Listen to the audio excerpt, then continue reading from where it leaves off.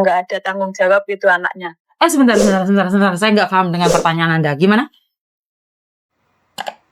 Aku kan jaga nenek, ya nenek saya itu kan ya majikan saya itu. Yang tanda tangan itu ya nenek itu. Tapi nenek itu tuh meninggal gitu. Bagaimana selanjutnya gitu loh. Proses selanjutnya gimana? Masalah uang, aku kan ikut nenek sudah 5 tahun lebih setengah ya.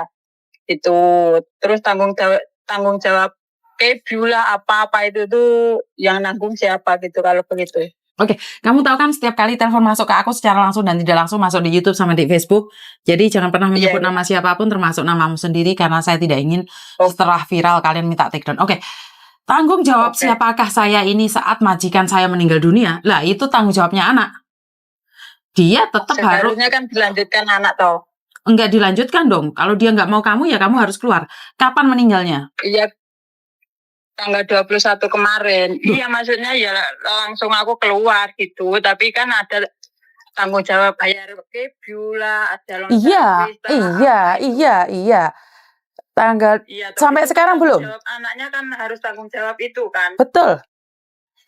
Harus. Soalnya tadi itu anaknya bilang pada saya tuh begini, majikan kamu itu tahu nggak kamu itu majikannya sudah meninggal, jadi kita itu nggak punya tanggung jawab apa-apa. Ini hanya karena punya hati lah memberi kamu ya nih apa itu uang itulah gitu loh. Tidak. Aku tuh kaget ya, Cek. Aku sendiri juga kaget. Seharusnya kan uang aku dulu nenekku meninggal juga anak-anaknya yang bayari semua gitu loh. Iya. Gitu. Ya mungkin dia kecewa atau marah, ya wajar no, namanya orang marah kecewa. Soalnya nenekku itu memang nggak punya warisan gitu loh, matinya juga mendadak karena nafas, sama anaknya itu nggak hapyo gitu loh, Cek. Tapi itu urusan mereka, itu masalah pribadi mereka. Kita sebagai pembantu tidak perlu tahu tentang masalah mereka. Itu adalah hak dari kewajiban.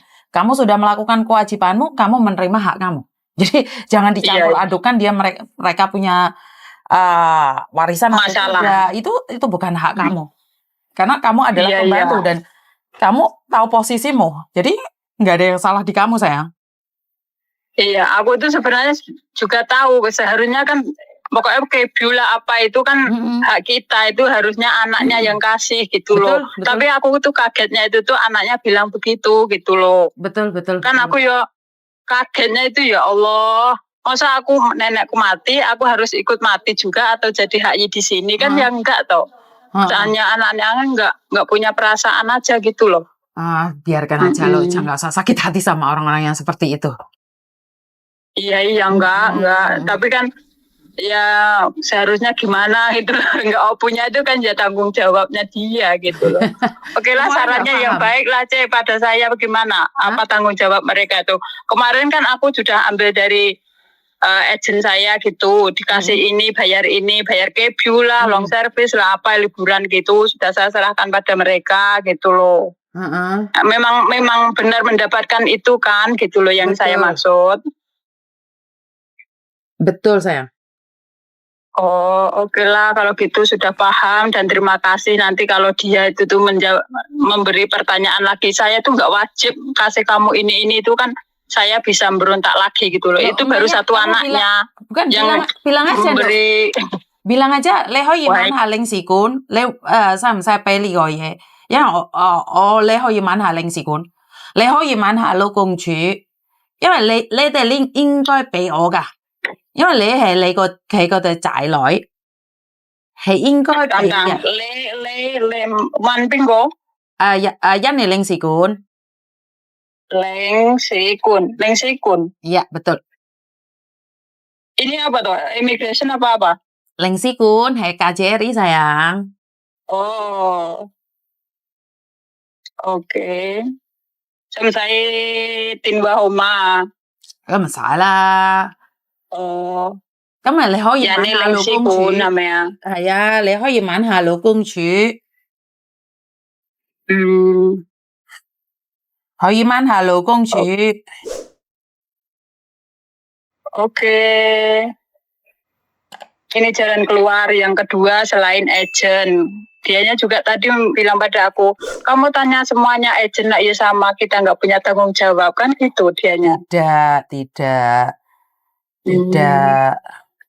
Oke lah, makasih lah, Mbak Yun. Nggih, matur nembah nuwun nggih. Selamat. Oke, bye-bye lah. Matur nembah nuwun, monggo. Oke, terima kasih. Miss, gimana sih kalau majikan saya meninggal? Apakah anaknya tidak bertanggung jawab atas saya? Loh, ya bertanggung jawab, no. Anaknya tetap bertanggung jawab atas apa yang terjadi. Dan ini yang sering kali, ya mungkin karena anaknya tidak ingin tanggung jawab atau lepas tanggung jawab, apapun itu namanya. Kamu adalah tanggung jawab mereka. Jadi kalau mereka tetap harus memberikan kamu tiket, long service, atau apapun itu namanya.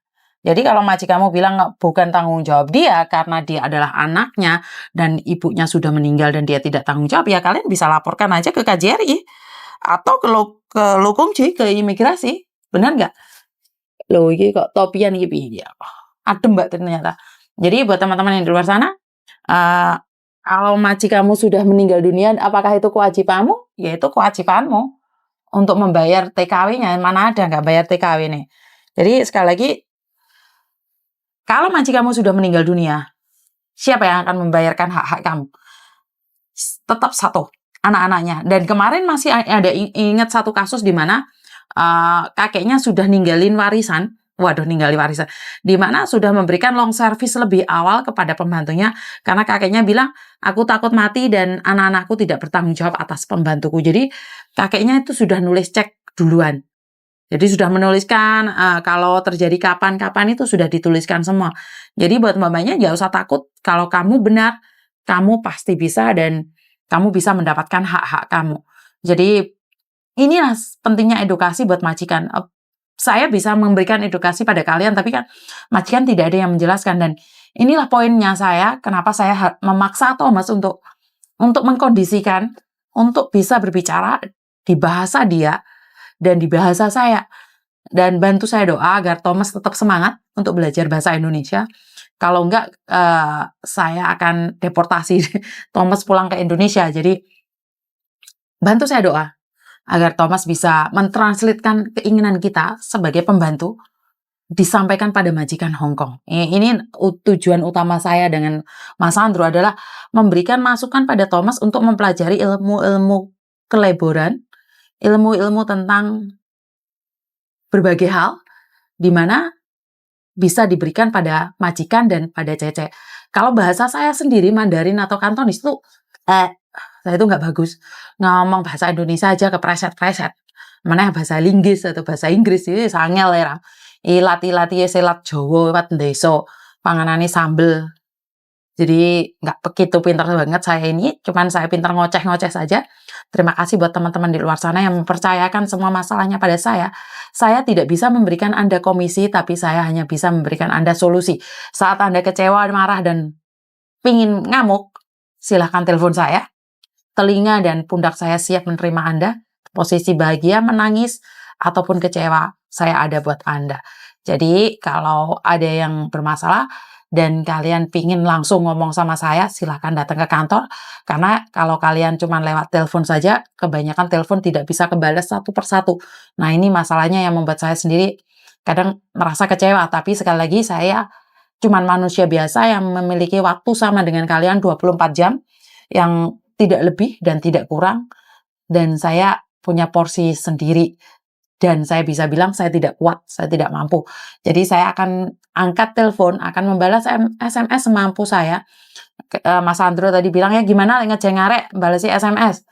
Ya intinya bentar bukan saya kan nggak dapet apa yang kalian inginkan gitu loh. Karena itu saya lebih memilih untuk 4.000 SMS, 5.000 SMS masuk itu kadang-kadang saya kasihan gitu loh. Kalau ada yang perlu ternyata nggak bisa kebales kan nyesek gitu loh Mbak. Jadi buat teman-teman yang di luar sana, saya minta maaf kalau SMS kalian tidak kebales, telepon kalian tidak keangkat, dan komen kalian tidak saya lihat, ataupun saya cuman like aja atau saya kasih love aja.